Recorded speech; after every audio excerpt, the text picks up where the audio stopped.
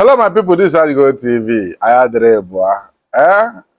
Igbo bi na mba Lagos. Anyị na-anụ ka o si ada. Na spanda. The information anyị na-enweta n'ụtụtụ a na-alọk the whole market completely. Afọ m video ndị si na fa na-emere ya otu nya. Onye ọbụla zukwa ike. Ọ na-ewutekwa anyị bụ ụmụnne ụnụ na afọ ife a na-eme anyị na Lagos. Because I'm a businessman, but I'm maybe Lagos. No kwa Lagos azụ. Mana nwere dibenu o ife ọ ga-abụ. And they watch akita if na South East adịrọ mma. So more people na-abịakwa Lagos. So o ife ọ ya abụ. So gị nwa na Lagos, advice nwere ike inyego ya ebo bụ asị onye Igbo ebo. Mma ife ji ama ezigbo onye Igbo bụ achị gị ife. Ego agwa, ọ bụrụ achị gị ewe na akpa. So now no kwa Lagos eme the business. Unu na-emekwa, unu na-echetakwa East. Don't put all your egg in one basket because ordinary tiwa ebu na afọ ndị gba atụrụ. Anyị ma na South East adịrọ mma, yes, but never you forget where you come from, even though you are living in Lagos. Never you forgot where you came from. Ebela anyị bụ n'ofu ụbọchị anyị Igbo ga-adị mma. Ọkwọkwa na-enwunu ọ ga-adị mma. Ofu ụbọchị ife a na-achụalụ ndị Igbo na ofu ụbọchị ka ọ na-ebido aya na mara ụnọ ya ekwu nume as a businessman in Lagos na remember kwa outside East ọgwọ na ịchọ inwe ife dịka property 10 na-eki eke inwe side a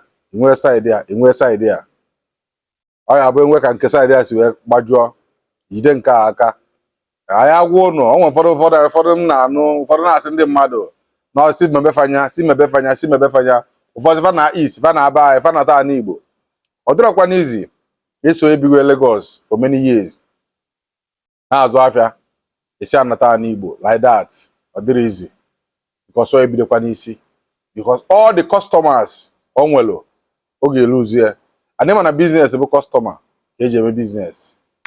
I'm a businessman. I know all these things.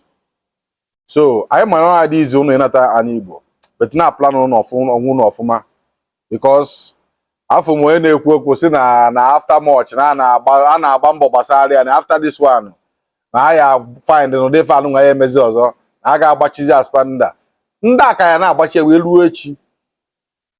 So far in Lagos in their country in their state I ga na agbachi we ruo echi nwere funu ga-eme ọgwa Lagos steeti gị nọ ọ bụla na Igbo ọ ifesọ ka fa ya eme owe iwe asị na abụ ụnụ. So advice m na-enye ụnụ bụ onye ọ na-nwe investment na Lagos ndị na-azụ afịa na Lagos dibenu ma na-echetakwa na Igbo na-echeta na Igbo because akụ ruo ụnọ akụ na ụba ruo ụnọ okwu ebe o si ọ bụrụ sọsọ akụ na ụba ruo ụnọ okwu ebe o si. So share this video. O wute m ife menu abịara m ihe ka m ọkụwa unu ana ife nna Chineke nna ya gbaa unu ume ịnọ Lagos na-elota anyị Igbo ekwo ndị nọ Ọnịcha maka ndị Ọnịcha azụ afịa enwe ndị na-ala enwe ndị na-aba enwe ndị na-Enugu afịa dị n'ala Igbo kakwa nkụ ndị nọkwa na-emebe ọfụma ọ bụrụ da ekwuzie na ala Igbo adịrọ mma dịka asị nwe ndị n'ala Igbo onwe ndị n'ala Igbo na-emesi biznes ike ọ ka ịmalụkwọ because I see na Igbo adịrọ mma dịka asị mmadụ anọzi ndị mmadụ na ya big boys are living there, are making money, are doing their business. So give one in Lagos. You know, make one in Igbo. I see Igbo TV. Ordinary.